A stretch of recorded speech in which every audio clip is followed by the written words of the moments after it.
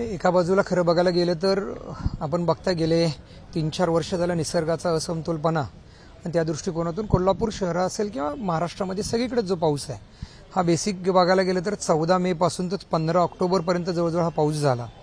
जे पावसाचे किमान 4 महिने असतात जसं ऋतू बघायला गेलं तर त्याच पद्धतीने आता बघायला तर खूप डिले झालं.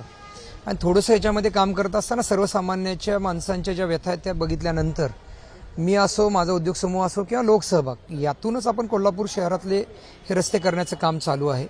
आणि यातून सकारात्मक म्हणजे असं यातलं कुठलंही हे नाही आहे की याच्यामध्ये बाबा की कुठल्या हेतूनं केले, पण ज्या लोकांच्या अडीअडचणी आहेत ते दूर करण्याच्या दृष्टिकोनातून.